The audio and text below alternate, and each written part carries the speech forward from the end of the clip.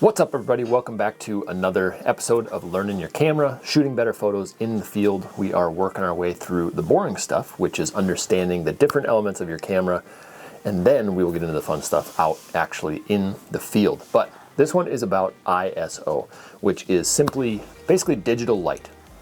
So if you have a camera and if you turn it on manual, at the bottom of your screen, there's three little letters that say ISO.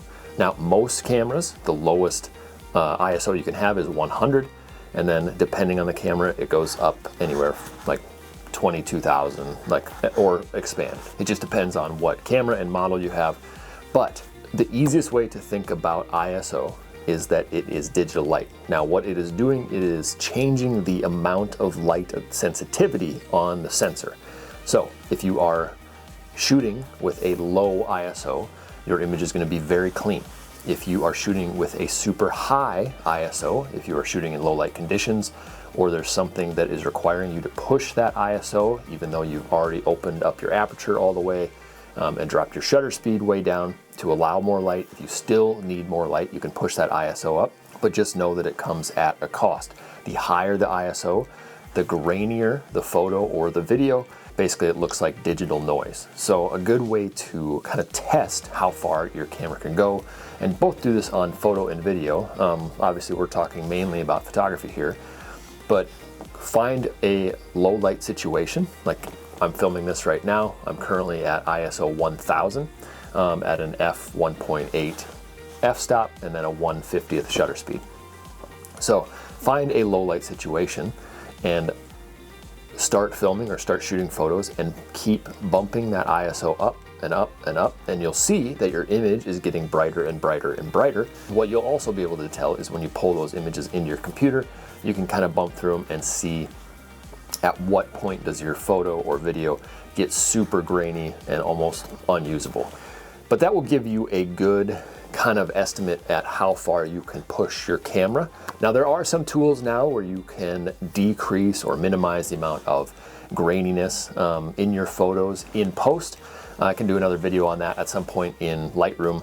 There are now AI tools that help you reduce noise if you happen to have a very low light photo where you had to push that ISO up to capture your subject the way you wanted to, but then it ended up being super grainy around the photo. But that's a whole other segment. Right now, the homework would be to simply go out, shoot in low light situations, start at ISO 100, and then bump your way up and push it as high as you can go. Pull those images into your computer, take a look at them, and see kind of what range you feel comfortable shooting in. Now, right now I'm shooting on the Canon R6 Mark II. I'm comfortable bumping that ISO up 3200, maybe even a little bit more than that. If I'm shooting video, I'm comfortable bumping it up quite a bit higher. If I'm shooting on a less expensive camera, I may only be able to bump that ISO up to 800, 1000 before it starts to get too grainy to use in my eyes. So depending on what setup you have, go figure out just how far you can push your camera, and that will give you a better idea of the lens pairing that you need with your body to use in certain situations, or what types of situations you'll actually be able to shoot in. So now we've covered shutter speed, f-stop, and ISO.